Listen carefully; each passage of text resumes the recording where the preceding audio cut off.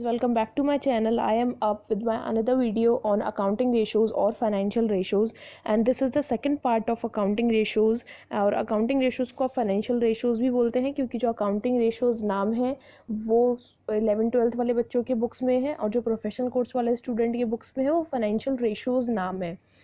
तो चलिए इसके सेकंड पार्ट में हम कंटिन्यू करते हैं। हमने जो हमारा लास्ट पार्ट था इसका, उसमें हमने जो हमारे लिक्विडिटी रेशोज़ थे उसके अंदर तीनों रेशोज़ पढ़ लिए थे, current ratio, liquidity ratio and interest coverage ratio. And उसके बाद हमने टर्नओवर रेशो के अंदर inventory turnover ratio and debtors turnover ratio और ट्रेड रिसीवेबल टर्नओवर रेशो, ये सब चीज़ें हमने पूरा अच्छे से एक्सप्लेनेशन इनकी सब कुछ पढ़ लिया था। तो अब चलते हैं इसके आगे। अब देखिए हमें पढ़ना है एक्टिविटी टर्नओवर रेशो के अंदर ही हमारा जो थर्ड रेशो आता है वो है क्रेडिटर्स टर्नओवर रेशो। तो क्रेडिटर्स को हम क्या भी बोल सकते हैं, ट्रेड पेबल्स। ट्रेड पेबल्स का मतलब क्या होता है कि हमारे बिजनेस में हमें जिन्हें पे करना है, तो हमारे बिजनेस में हमें जिन्हें पे करना होता है वो कौन होते हैं, हमारे क्रेडिटर्स होते हैं। तो या तो हम उन्हें क्रेडिटर्स कहते हैं या हम उन्हें कहते हैं ट्रेड पेबल्स। तो अब जो हमारा थर्ड रेशो है वो है ट्रेड पेबल्स टर्नओवर रेशो और क्रेडिटर्स टर्नओवर रेशो। तो इसका फॉर्मूला देखिए, इसका फॉर्मूला है credit purchase of materials. Video में देखिए, इसका फॉर्मूला है credit purchase of materials upon average trade payables. अब आप इसको कैसे याद रख सकते हैं, देखिए अब क्रेडिटर्स टर्नओवर रेशो है आपका, तो यानी कि क्या है, क्रेडिट परचेजेस ही होती हैं जब भी तो हमारे क्रेडिटर्स बनते हैं। तो इसका रेशो क्या होगा, credit purchase of material upon जितने भी हमारे जो क्रेडिटर्स होंगे या फिर जो हमारे ट्रेड पेबल्स होंगे वो होंगे एवरेज ट्रेड पेबल्स। तो एवरेज ट्रेड पेबल्स का फॉर्मूला तो आप समझ गए होंगे क्या होगा, opening trade payables plus closing trade payables divide by 2। अगर आपके पास क्वेश्चन में ट्रेड पेबल्स के साथ साथ बिल्स पेबल भी हैं तो वो भी ट्रेड पेबल्स के में प्लस होंगे बिल्स पेबल। जब आप एवरेज ट्रेड पेबल्स निकालेंगे तो opening trade payables plus closing trade payables divide by 2। अब ये तो हो गया हमारा। अब क्रेडिट परचेज ऑफ मटीरियल्स हम कैसे निकालेंगे, जो भी आपका क्रेडिट परचेज होगा मटेरियल्स का वो क्वेश्चन में गिवन होगा तो वो आपको वहाँ से मिल जाएगा। देखिए एवरेज ट्रेड पेबल्स का फॉर्मूला, और ट्रेड पेबल्स को हम कैसे निकालते हैं, क्रेडिटर्स प्लस बीपी। ये हो गया क्रेडिटर टर्नओवर रेशो। अब नेक्स्ट है इसमें हमारा working capital turnover ratio. Working capital turnover ratio का फॉर्मूला क्या होता है, वैसे वर्किंग कैपिटल का मतलब क्या है, करंट एसेट्स या फिर करंट लाइबिलिटीज़। वर्किंग कैपिटल का अपना फॉर्मूला क्या होता है, current assets minus current liabilities. तो इसके अंदर सिर्फ हमारी दो टर्म्स आती हैं। तो जब हम करेंगे वर्किंग कैपिटल टर्नओवर रेशो तो इसका फॉर्मूला होता है revenue from operation upon working capital, क्योंकि जो करंट एसेट्स होती हैं, करंट लाइबिलिटीज़ होती हैं, वो सारी हमारे एक बिजनेस में होती हैं और वर्किंग कैपिटल से हमारी क्या होते हैं, जो भी हमारी रिवेन्यू होती है वो जनरेट होती है एक बिजनेस के अंदर।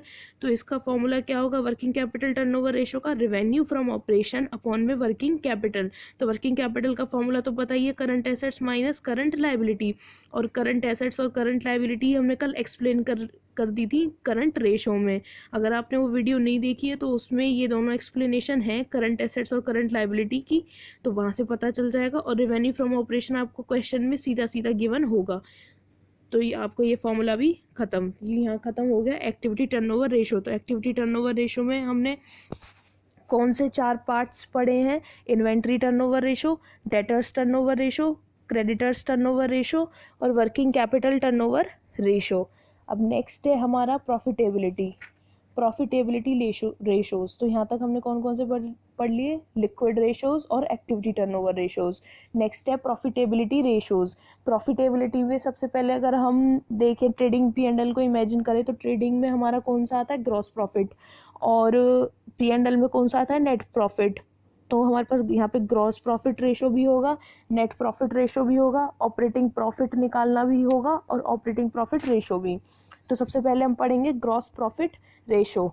ग्रॉस प्रॉफिट रेशो कैसे निकलेगा, जब हम अपने क्वेश्चन में अगर हमें परसेंटेज दी हो ग्रॉस प्रॉफिट की तो हम उसको हमेशा सेल्स पर ही निकालते हैं। तो ग्रॉस प्रॉफिट रेशो हमारा क्या होता है, ग्रॉस प्रॉफिट अपॉन में रेवेन्यू फ्रॉम ऑपरेशंस। यहाँ हम सेल्स को क्या बोलते हैं, रेवेन्यू फ्रॉम ऑपरेशंस। तो ग्रॉस प्रॉफिट रेशो क्या होगा, gross profit upon revenue from operations into 100। और हम इसमें जब अगर इसके पार्ट्स करें तो ग्रॉस प्रॉफिट हम कैसे निकालेंगे, जो भी हमारी सेल्स होती है उसमें से सारे एक्सपेंसेस को माइनस करके, यानी कि revenue from operation minus cost of revenue from operation. और जो cost of revenue from operation है वो हमने कल पढ़ लिया था, उसके 3 फॉर्मूले थे निकालने के, वो आप प्रीवियस वाली वीडियो में देख सकते हैं, जिसमें इन्वेंट्री टर्नओवर रेशो हमने निकाला था। उसमें पूरा एक्सप्लेन किया हुआ है कि रेवेन्यू फ्रॉम जो हमारा cost of revenue from operation है वो हम कैसे निकालेंगे।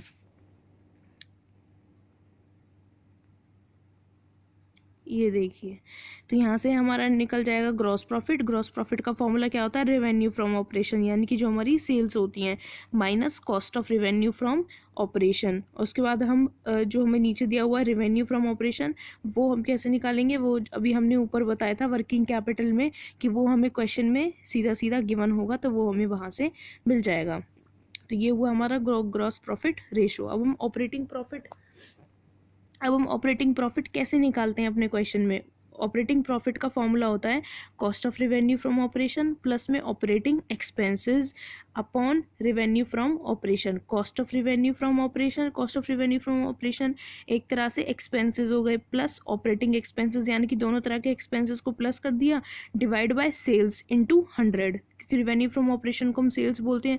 तो ऑपरेटिंग रेशो क्या हो गया हमारा, cost of revenue from operation plus operating expenses divide by revenue from operation into 100। Cost of revenue from operation तो आपको प्रीवियस वीडियो में से एक्सप्लेनेशन मिल जाएगी, उसके 3 फॉर्मूलाज थे वहाँ हमने किए थे, तो ये वहाँ से हो जाएगा। ऑपरेटिंग एक्सपेंसेस हम कैसे निकालते हैं, ऑपरेटिंग एक्सपेंसेस मीन्स जो भी हमारा एम्प्लॉय के लिए अगर बेनिफिट एक्सपेंसेस हैं, कोई भी हमने ऐसी चीज़ें जो हमने एम्प्लॉय के बेनिफिट के लिए कोई भी खर्चा किया है, तो वो वाले एक्सपेंसेस, प्लस में हमारे डेप्रिसिएशन, प्लस में और कोई भी एक्सपेंसेस हैं, तो वो सारे कौन से होंगे, ऑपरेटिंग एक्सपेंसेस। तो ऑपरेटिंग एक्सपेंसेस कौन से होते हैं, employee benefit expenses plus depreciation plus other expenses, ये हो गए हमारे ऑपरेटिंग एक्सपेंसेस। अब इसमें एम्प्लॉय बेनिफिट एक्सपेंस तो आपको क्वेश्चन में सीधे गिवन होंगे, डेप्रिसिएशन भी मिल जाएगा, लेकिन अदर एक्सपेंसेस कौन से हो सकते हैं, ऑफिस एडमिनिस्ट्रेशन, सेलिंग एक्सपेंसेस हो सकते हैं, डिस्ट्रीब्यूशन एक्सपेंसेस हो सकते हैं, तो ये सारे हमारे होंगे अदर एक्सपेंसेस।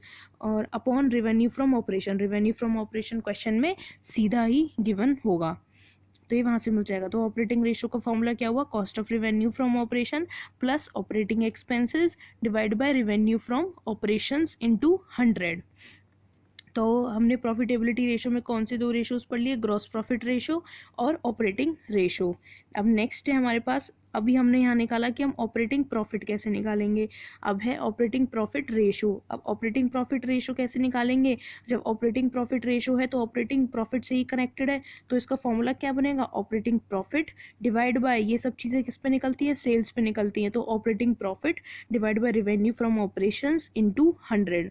तो ऑपरेटिंग प्रॉफिट का फॉर्मूला क्या होगा, नेट प्रॉफिट, यानी कि जो भी आपका आफ्टर टैक्स वाला नेट प्रॉफिट होगा, यानी टैक्स उसमें इंक्लूड करने के बाद वाला जो प्रॉफिट होगा, प्लस सारे नॉन ऑपरेटिंग एक्सपेंसेस या फिर लॉसेस, और माइनस कर देंगे सारी नॉन ऑपरेटिंग इनकम्स। तो हम पहले जो भी हमारा प्रॉफिट होगा टैक्स इंक्लूड करने के बाद, उसमें अपनी सारी नॉन ऑपरेटिंग जितने भी हमारे खर्चे या लॉस होंगे वो प्लस करेंगे, और उसमें से अपनी इनकम्स माइनस करेंगे, तो हमारे पास क्या आ जाएगा, ऑपरेटिंग प्रॉफिट। या फिर हम इसको कैसे निकाल सकते हैं, ऑपरेटिंग प्रॉफिट को अपनी ग्रॉस प्रॉफिट में सारी अदर ऑपरेटिंग इनकम्स को प्लस करके और अदर ऑपरेटिंग एक्सपेंसेस को माइनस करके। अगर हम एक P&L इमेजिन करें, तो P&L में हम डेबिट साइड सारे एक्सपेंसेस रखते हैं और क्रेडिट साइड पे सारी अपनी इनकम्स रखते हैं, तो हमारा प्रॉफिट किस साइड निकलता है, डेबिट वाली साइड, 2 वाली साइड। तो हम उनको कैसे करते हैं, एक्सपेंसेस प्लस एक्सपेंसेस और माइनस इनकम्स करते हैं, तभी हमारे पास प्रॉफिट निकलता है। तो यहाँ भी वही चीज़ की है कि plus operating expenses minus incomes, और इसमें क्या प्लस किया है यहाँ पे, net profit after tax, net profit after tax plus non operating expenses minus non operating incomes करेंगे, तो हमारे पास आ जाएगा ऑपरेटिंग प्रॉफिट।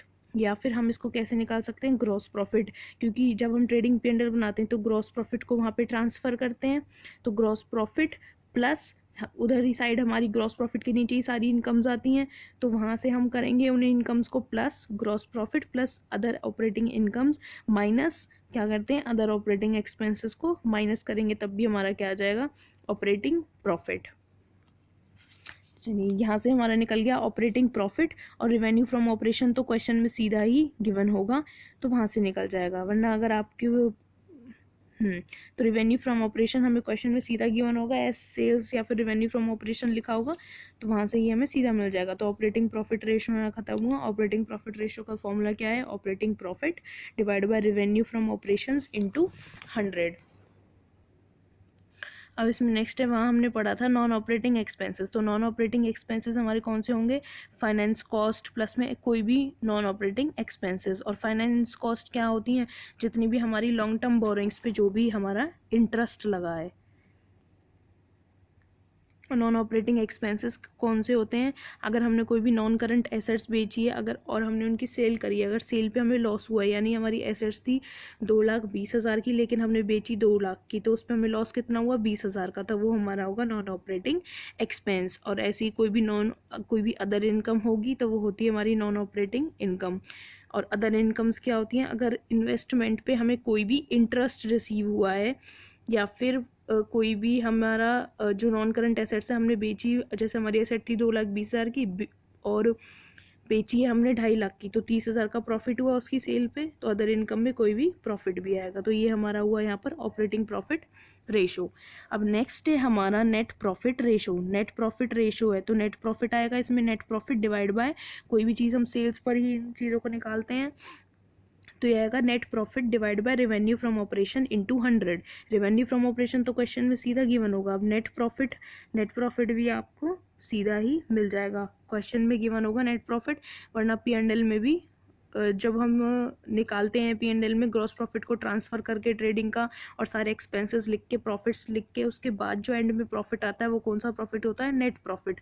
तो वहाँ से आपको नेट प्रॉफिट मिल जाएगा और क्वेश्चन में सीधा रेवेन्यू फ्रॉम ऑपरेशन भी गिवन होगा। तो यहाँ ख़त्म हुआ हमारा नेट प्रॉफिट रेशो। अब नेक्स्ट है रिटर्न ऑन इन्वेस्टमेंट। ये वैसे हमारा इन्वेस्टमेंट रेशो है, इसको हम कौन सा रेशो बोलते हैं? इन्वेस्टमेंट रेशो बोलते हैं, या तो रिटर्न ऑन इन्वेस्टमेंट कह लो या रिटर्न ऑन कैपिटल एम्प्लॉयड कह लो। तो इसका फॉर्मूला क्या होता है? Net profit before interest and tax. तो जब हम कैपिटल एम्प्लॉयड पे रिटर्न निकाल रहे हैं तो ये किससे डिवाइड होगा? कैपिटल एम्प्लॉयड से डिवाइड होगा इनटू 100। और इसमें हमें नेट प्रॉफिट कौन सा इंक्लूड करना है? जो कि इंटरेस्ट और टैक्स लगाने से पहले वाला हो। और जो हम net profit before interest and tax निकालेंगे वो हमने प्रीवियस वीडियो में बताया था कि हम इसको कैसे निकालेंगे, तो ये इसकी एक्सप्लेनेशन उस वीडियो में मिल जाएगी। तो रिटर्न ऑन कैपिटल एम्प्लॉयड का फॉर्मूला क्या होता है? Net profit before interest and tax upon capital employed. वो क्वेश्चन में आपको सीधी गिवन होगी कि कितनी कैपिटल एम्प्लॉयड है इनटू 100। तो आपका यही फॉर्मूला है इसका। तो हमने अभी तक अपने प्रॉफिटेबिलिटी रेशो में कौन से रेशोज पढ़ लिए? Gross profit ratio, operating ratio, operating profit ratio, net profit ratio and return on investment या फिर रिटर्न ऑन कैपिटल एम्प्लॉयड। तो ये हो गई सारी आपकी प्रॉफिटेबिलिटी रेशो। 12th वाले बच्चों के लिए तो इसमें सिर्फ यही रेशोज़ हैं, लेकिन जो प्रोफेशनल कोर्स स्टूडेंट हैं उनके लिए इसमें एक रेशो और है, वो है एक तो एक्सपेंस रेशो है, एक उनका return on equity share holders fund है, और एक रिटर्न ऑन टोटल रिसोर्सेज भी है। उनके लिए इसमें ये चीज़ें हैं। तो जो भी आपकी ये हैं, जो भी एक्स्ट्रा वाले हैं वो हम नेक्स्ट वीडियो में पढ़ेंगे। जो प्रोफेशनल कोर्स स्टूडेंट्स के लिए अलग से हैं एक्स्ट्रा फार्मूलाज, वो हम नेक्स्ट वीडियो में पढ़ेंगे। इस वीडियो में हम जो सबके लिए कॉमन है वो पढ़ेंगे। तो यहाँ हमारे ख़त्म हुए प्रॉफिटेबिलिटी रेशोज़। अब हमारे आएंगे सॉल्वेंसी रेशोज़। अब तक हमने कितने रेशोज़ पढ़ लिए? लिक्विडिटी रेशोज़ पढ़े थे, जिसमें हमने पढ़ा था current ratio, liquid ratio, interest coverage ratio. उसके बाद हमने पढ़े थे अपने एक्टिविटी रेशो, जिसमें हमने पढ़ा था inventory turnover ratio, trade receivables या फिर debtor turnover ratio, trade payables या फिर क्रेडिटर टर्नओवर रेशो, और हमने पढ़ा था वर्किंग कैपिटल टर्नओवर रेशो। उसके बाद हमने पढ़े थे प्रॉफिटेबिलिटी रेशोज, जिसमें हमने पढ़ा gross profit ratio, operating ratio, operating profit ratio, net profit ratio and return on investment और रिटर्न ऑन कैपिटल एम्प्लॉयड। तो अब हमारा नेक्स्ट बचा सॉल्वेंसी रेशोज़। सॉल्वेंसी नहीं है, सॉल्वेंसी हमारी किन चीज़ों से पता लगती है? डेट या इक्विटी। तो सॉल्वेंसी रेशो में हमारे कौन सा रेशो आएगा? सबसे पहला डेट इक्विटी रेशो। अब जब इसका नाम है डेट इक्विटी रेशो तो इसका फॉर्मूला भी क्या है, डेट अपॉन इक्विटी हमारी क्या होती है, शेयर होल्डर्स फंड होते हैं। तो या तो इसका नाम ऐसे कह लो डेट अपॉन इक्विटी, या इसको कह दो debt upon share holders fund, बात एक ही है। तो डेब्ट्स हमारे कौन से होते हैं, जो भी हमारी लॉन्ग टर्म बोरोइंग्स होते हैं प्लस लॉन्ग टर्म प्रोविजंस, ये हमारे होते हैं डेट्स। और इक्विटी या शेयर होल्डर्स फंड कौन से होते हैं, जितने भी हमारे शेयर कैपिटल होते हैं प्लस रिजर्व एंड सरप्लस। और शेयर कैपिटल कौन सी होती है, कोई भी आपकी equity share capital, preference share capital, ये सब होती हैं शेयर कैपिटल। तो डेट इक्विटी रेशो का फॉर्मूला क्या हुआ, डेट अपॉन इक्विटी या फिर शेयर होल्डर्स फंड। डेट का मतलब क्या होता है, long term borrowings plus long term provisions, और इक्विटी या शेयर होल्डर्स फंड का मतलब क्या होता है, share capital plus reserve and surplus. और शेयर कैपिटल क्या होती है, इक्विटी और प्रेफरेंस, जो भी शेयर कैपिटल होगी उन सबको प्लस कर देंगे तो हमारी शेयर कैपिटल होगी। एक तो ये सिंपल फार्मूलाज होते हैं, लेकिन कई बार क्वेश्चन में सिर्फ current assets, non current assets, इन सब चीज़ों की बात हो रही होती है, तो वहाँ से हम अपनी इक्विटी या शेयर होल्डर्स फंड कैसे निकाल सकते हैं। तो उसके लिए भी एक सिंपल है मेथड कि देखिए यहाँ पे वीडियो में देखिए एक बार,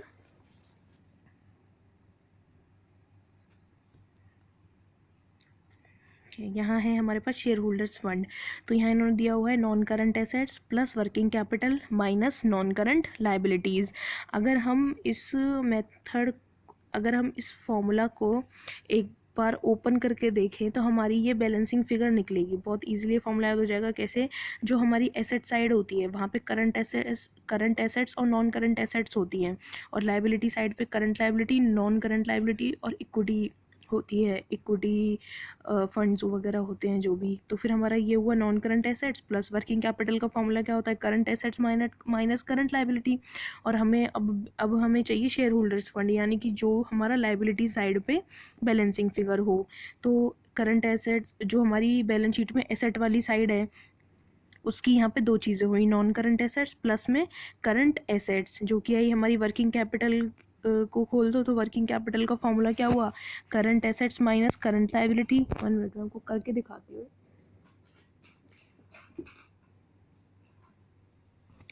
तो देखिए यहाँ पे हमारा क्या होगा, यहाँ वर्किंग कैपिटल में इसका फॉर्मूला है current assets minus current liability, इसका ये फॉर्मूला है। तो हम देखिए नॉन करंट एसेट्स प्लस में करंट एसेट्स माइनस क्या होगा, current liability minus non current liability. जब हम इन सब को ऐसे कर देंगे तो हमारा बैलेंसिंग फिगर एंड में शेयर होल्डर्स फंड ही तो निकलेगा। तो शेयर होल्डर्स फंड का फॉर्मूला क्या हो गया, शेयर होल्डर्स फंड का फॉर्मूला हो गया current assets plus non current assets minus current liability minus non current liabilities. उसकी जगह current assets minus current liability की जगह इन्होंने क्या लिख दिया यहाँ पर, वर्किंग कैपिटल। क्योंकि ऐसा हो सकता है कि कई बार क्वेश्चन में आपको वर्किंग कैपिटल गिवन हो तो आप यहाँ पे वर्किंग कैपिटल कर सकते हैं। तो ये बहुत इजी फॉर्मूला था, ऐसे आप इसको याद रख सकते हैं। अब देखिए यहाँ पे हमें नॉन करंट एसेट का भी एक और फॉर्मूला दिया है। अब नॉन करंट एसेट में हम इनको कैसे निकाल सकते हैं, हमारी करंट साइड पे टेंजिबल एसेट्स होती हैं, इंटेंजिबल एसेट होती हैं, नॉन करंट इन्वेस्टमेंट्स होती हैं और long term loans and advances होते हैं। तो इन सबको प्लस करके हमारे पास क्या आ जाएगा, नॉन करंट एसेट्स। ऐसे ही हमारे पास वर्किंग कैपिटल तो current asset minus current liability होती है, और नॉन करंट लाइबिलिटी हम कैसे निकालेंगे, long term borrowings plus long term provisions, यानी कि वो हमारे क्या हो गए, डेट्स। तो या तो आप ये फॉर्मूला यूज़ कर सकते हैं या फिर ये फॉर्मूलेज यूज़ कर सकते हैं। तो यहाँ हमारा ख़त्म हुआ डेट इक्विटी रेशोज़। तो आज हमने क्या क्या पढ़ा, आज हमने सारे अपने प्रॉफिटेबिलिटी रेशोज़ पढ़े थे, और क्या एक्टिविटी टर्नओवर रेशोज़ के अंदर हमारे 2 फॉर्मूलेज बचे थे, हमने वो किए, और सॉल्वेंसी रेशो का फर्स्ट फार्मूला किया। तो आज हमने आज हमने 8 फार्मूलाज कर लिए। तो आगे जो भी अब जो बच गए हैं जितने भी फार्मूलाज, वो हम अपनी नेक्स्ट वीडियो में करेंगे। इतने आप इन चीज़ों को समझिए, और इनके जो भी नोट्स होंगे मैं वो डिस्क्रिप्शन बॉक्स में डाल दूँगी, तो वहाँ से आप उनको देख सकते हैं और समझ सकते हैं एक बार। And please like, share, comment and subscribe to this channel. And अगर आपको कोई भी डाउट हो तो आप मुझे कमेंट सेक्शन में पूछ सकते हैं, या मेरे इंस्टाग्राम हैंडल पे मुझे मैसेज करके पूछ सकते हैं। मेरा इंस्टाग्राम हैंडल है S_writings4। And thank you for watching.